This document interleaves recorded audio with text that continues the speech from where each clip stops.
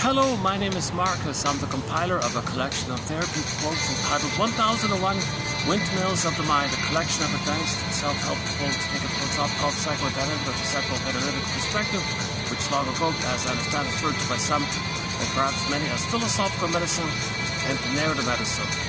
All part of the idea that story and narrative helps us to process our trauma. That's a theory that if we can formulate, make inferences, piece together what happened, now know what we couldn't have known, and then feel what we couldn't have felt. That's the healing part, the emotional knowing of the trauma.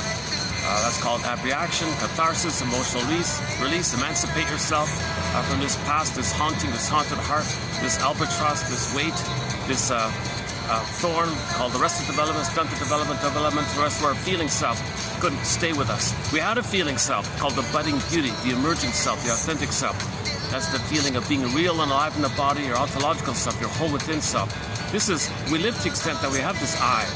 This I, this real self, authentic I, this core I, has a wide variety of capacities needed for the quote-unquote human side of being human.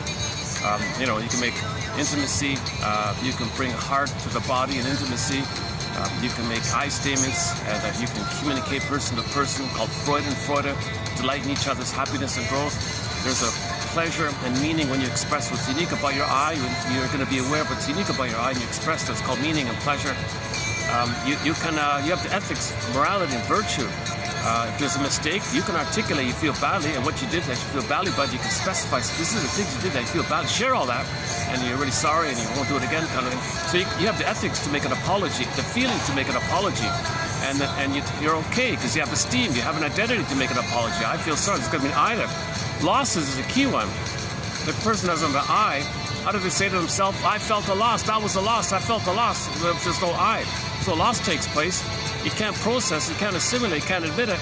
That's called complicated grief, aggravated grief, the derailment of the grief process.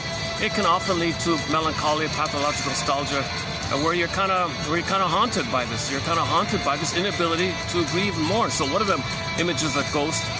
One of the many interpretations of ghost is this issue where we want to grieve, but we're haunted. The ghost is a symbol of the haunted feeling that part of us, the authentic part of us, can't mourn. This haunted, annoying feeling, haunted feeling, something bugging us feeling, symbolizing a ghost. Now the ghost has a variety of interpretation. I'm just using one there. So I mention it because there's Halloween decorations around here. Okay, so we're all born with a budding beauty called the emerging self.